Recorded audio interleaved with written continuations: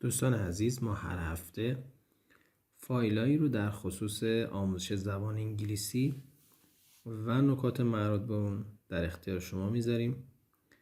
اگر از این دسته مطالب خوشتون میاد، ازتون میخوام که کانال ما رو سابسکرایب کنید و زنگوله کنارش رو بزنید که وقتی ویدیویی منتشر میشه از اون اطلاع پیدا کنید. موفق باشید. خب بریم سراغ صفحه 25 page 25 unit 2 ادامه درس دوم listening to short answers بخش 13 13 listen to a conversation between Giorgio and Andrew Taylor who works at the accommodation agency.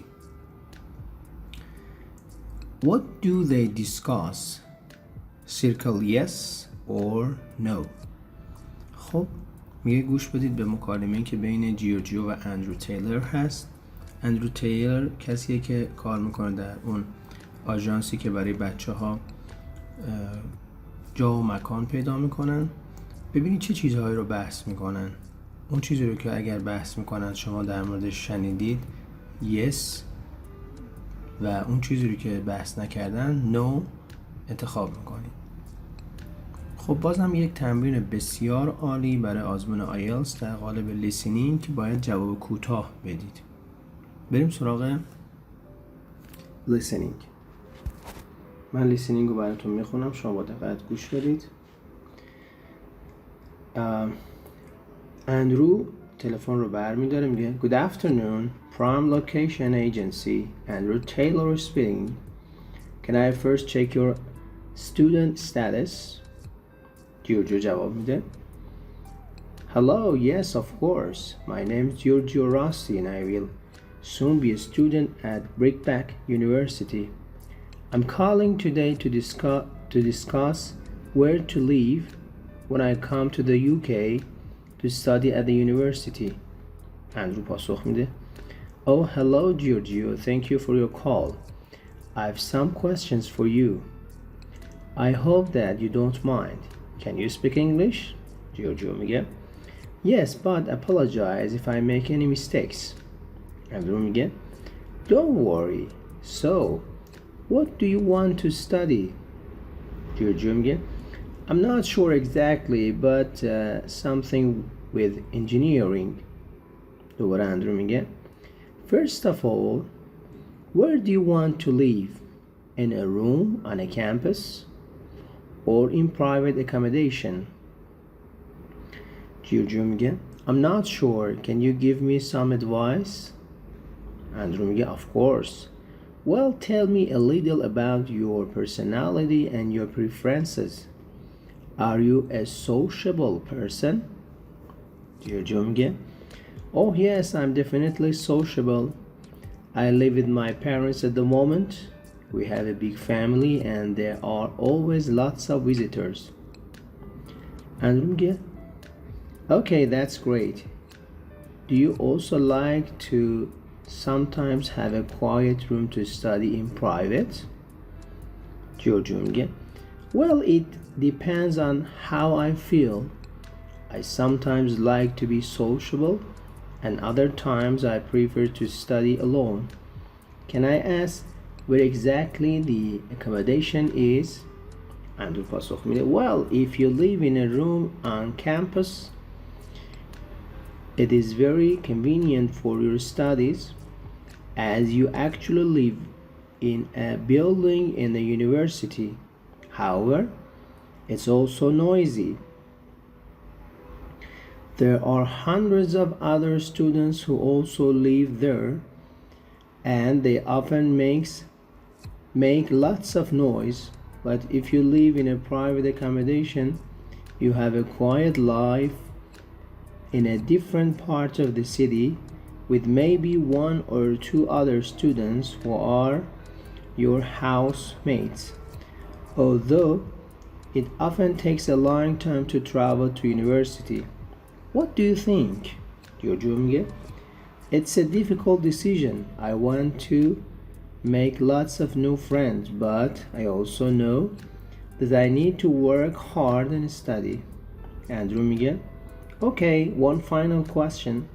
Meals. Would you prefer to live somewhere which is catered? جورجو میگه I'm not sure. What does catered mean? اندرو میگه catered means that all your food is included in the price of the accommodation. For example, if you decide to live on campus, you can usually choose catered accommodation. That means that, for example, every day you can go to the canteen for your breakfast, lunch, or dinner, and it's always free. The other option is self-catered accommodation, where you can either cook at home or you can go out for all of your meals. However, you always have to pay for your food. خب دوستان 3 تا تیپ یا 3 تا نکته رو برای ما اونجا مشخص کرده. تیپ اول میگه Do you hear the exact name of a course؟ گوش بده ببین اسمی از رشته گفتن. تیپ دوم How many options for accommodation does Andrew Taylor give؟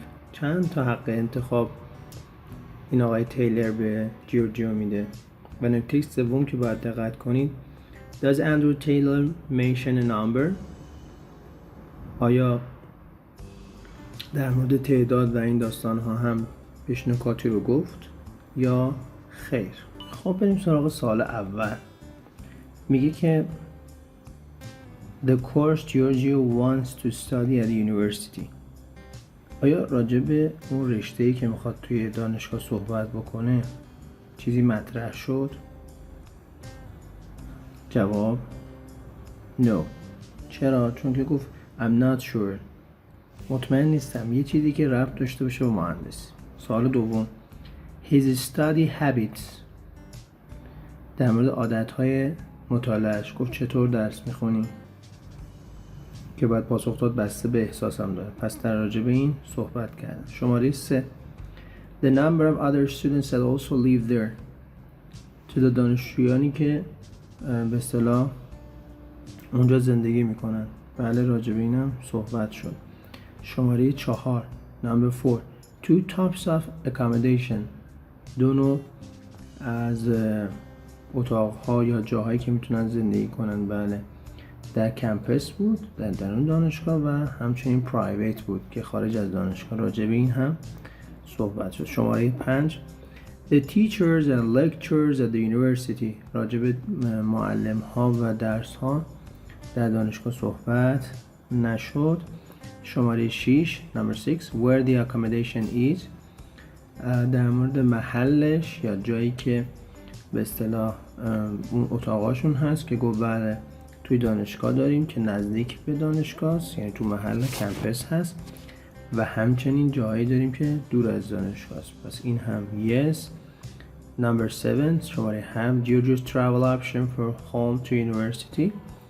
در مورد آپشن هایی که داره چجوری بره به دانشگاه و برگرده صحبت نشد.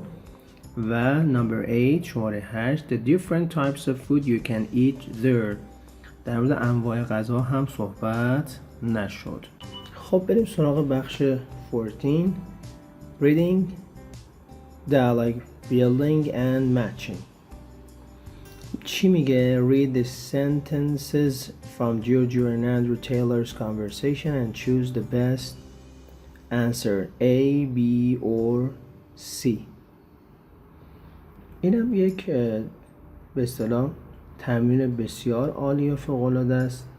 یه حالت پرافریزینگ داره، یعنی به این صورت است که در آزمون آیلتس ممکنه شما یه چیزی رو بشنوید و بیان یه متنی رو بدن که اون متن جملاتش از لحاظ معنا شبیه اون چیزی که شنیدید اما با یه ساختار دیگه بیان شده. اوکی، بهم میگه حالت پرافریزینگ، یعنی شما یک معنی رو با دو ساختار گرامری میگید. باید شما خیلی با دقت این دوتا ساختار رو پیدا بکنید. خب اینجا اومده 8 تا به ما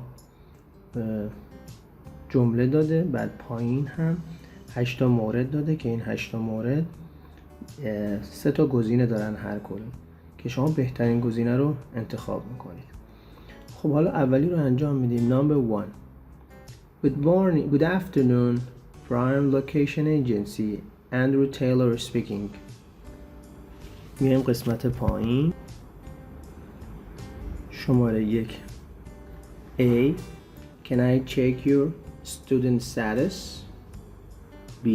Can I give you my student status? و C. Have you got time to speak? Can you check my student status? خب بین A و B و C کدوم جواب درسته؟ بله، جواب A درست بود.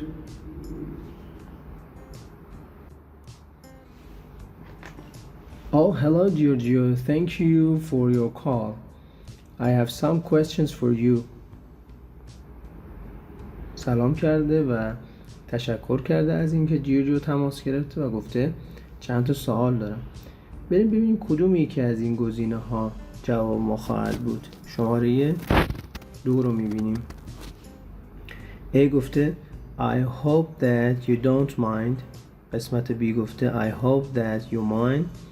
و شماره C گفته Do you mind. خب با توجه به اون چیزی که ما در مکالمه شنیدیم جواب کدوم میشه؟ بله، گفته بود که امیدوارم که مشکلی نباشه، من چند تا سوال دارم. جواب گزینه A هست. First of all, جای خالی in a room on campus or in private accommodation. خب بریم ببینیم C شماره 3 کدوم جواب هست. Where you want to live? B. Where do you want to live? و C. Where do you want to live? توی این 3 گزینه A, B, C در شماره 3 کدوم صحیح از لحاظ ساختار گرامری؟ بله، شماره C. Where do you want to live صحیح هست. بریم شماره 4. گفته I'm not sure. من مطمئن نیستم. خب ببینیم شماره 4. بله، A میگه You can give me some advice. Can you give me some advice? Can give me you some advice. سوالی هست که هم باید اول جمله باشه، اما B درسته. چرا B درسته؟ به خاطر اینکه بعد از کن حتما باید فاعل بیاد و نه فعل و گزینه B صحیح هست.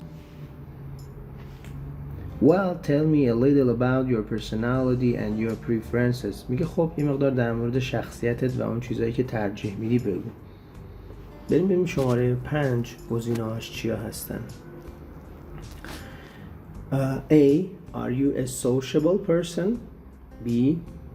You are a sociable person. C.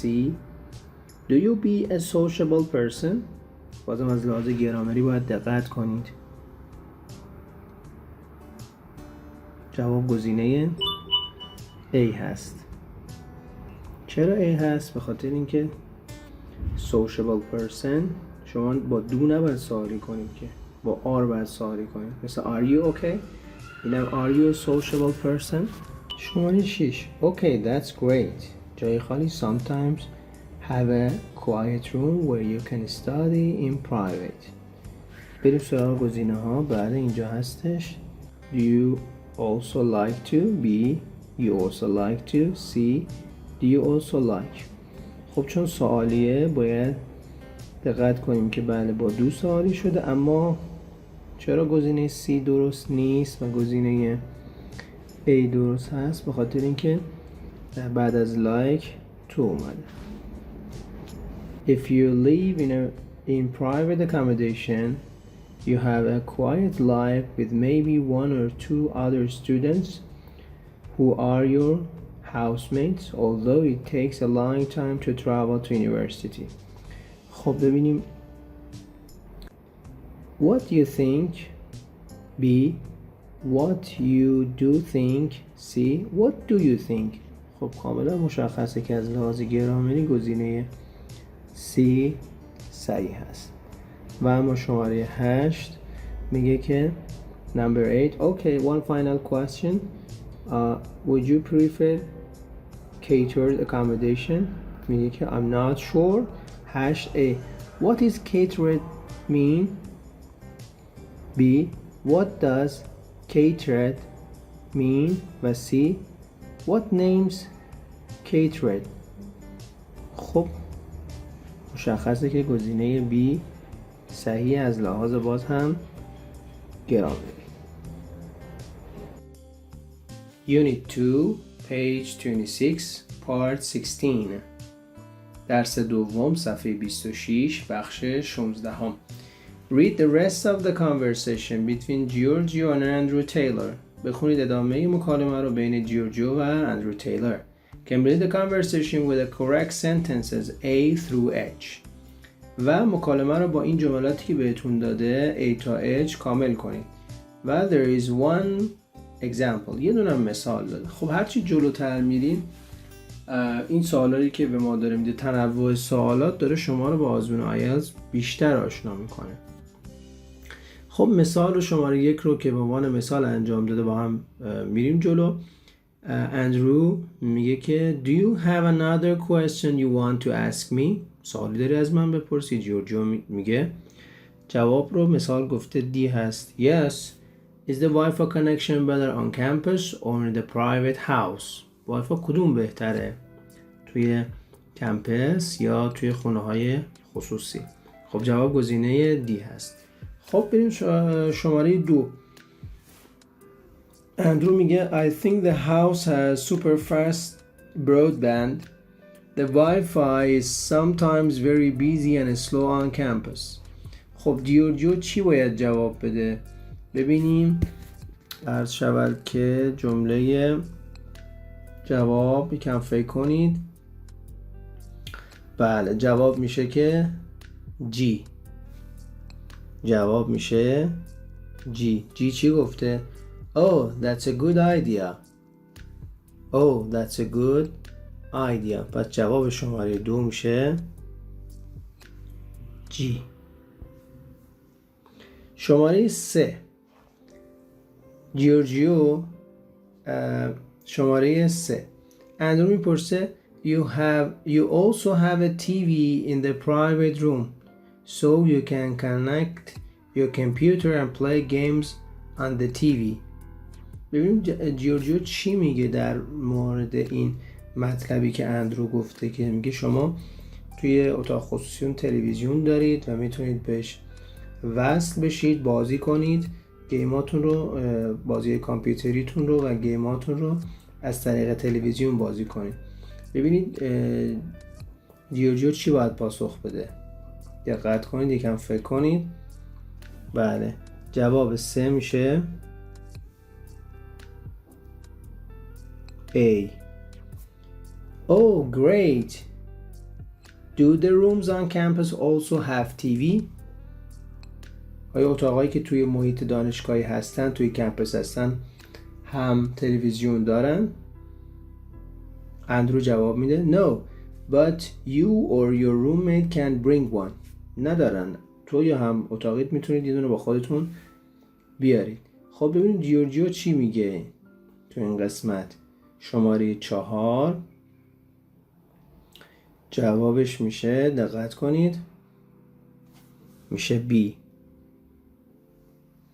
Really? I like the idea of having a roommate. من از این ایده داشتن هم اتاقی خوشم میاد. بریم قسمت بعدی. Yes, it's good because you can study together. Yes, it's good because you can study together. خوبه چون میتونید با هم دیگه مطالعه کنید. خب ببین جیورجیو چی میگه. جواب شما چی هست؟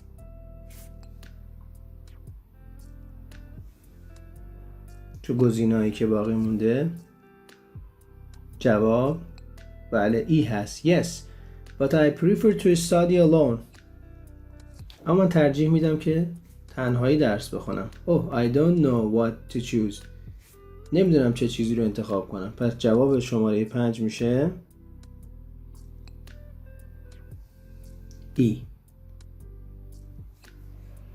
و اما شماره 6، ببینیم چی گفته.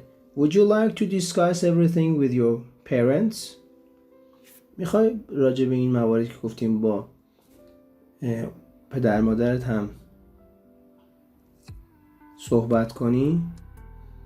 ببینیم جیورجیو چی میگه. جواب گزینه F هست. میگه که Yes, that's a good idea. ایده خوبیه. They always give me good advice. اونا معمولاً یا همیشه به من پیشنهاد خوبی میدن. بسیار عالی. یه موردش هم که گزینه C بود که به اصطلاح اضافه بود و استفاده نشد. خب بخش 17 Reading and Grammar. Now think about what you do each morning. میگه فکر کنید هر روز صبح چی کار میکنید. اینجا میخواد به شما استفاده از قیدها رو بگه. In pairs 2 نفری ask and answer the questions. میگه 2 نفری این سوالات رو از همدیگه بپرسید و پاسخ بدید. شماره 1 On a weekday morning what time does your alarm go off? میگه در روزهای هفته به جز اون روزهایی که تعطیلی هستن ویکدی هستن چه ساعتی ساعت شما رو بیدار میکنه؟ چه زمانی ساعت شما رو بیدار میکنه؟ شما میتونید این رو پاسخ بدید. Number 2 What time do you get up during the week? در طول هفته چه ساعتی از رخت خواب پا میشید؟ و 3 Do you like to have a lie in at the weekend? lie in به معنی این اصطلاح ها در بریتیش استفاده میکنن. a lie in یعنی تو رخت خواب دراز کشیدن، همچنان توی رخت خواب موندن. اما تو آمریکا اینجوری میگن Do you stay late in bed in the weekends? Do you stay late in bed in the weekends? اما در بریتیش میگن Do you like to have a lie in at the weekend? میگه if you do اگر بیشتر میمونی توی رخت خواب What time do you get up? چه ساعتی از رخت خواب بیدار میشی؟ پس سوال اینه آخر هفته تو رخت خواب وقتی بیدار میشی همچنان میمونی، درازکش میمونی و اگر همچین چیزی هست چه ساعتی پا میشی و از رخت خواب دیگه جدا میشی؟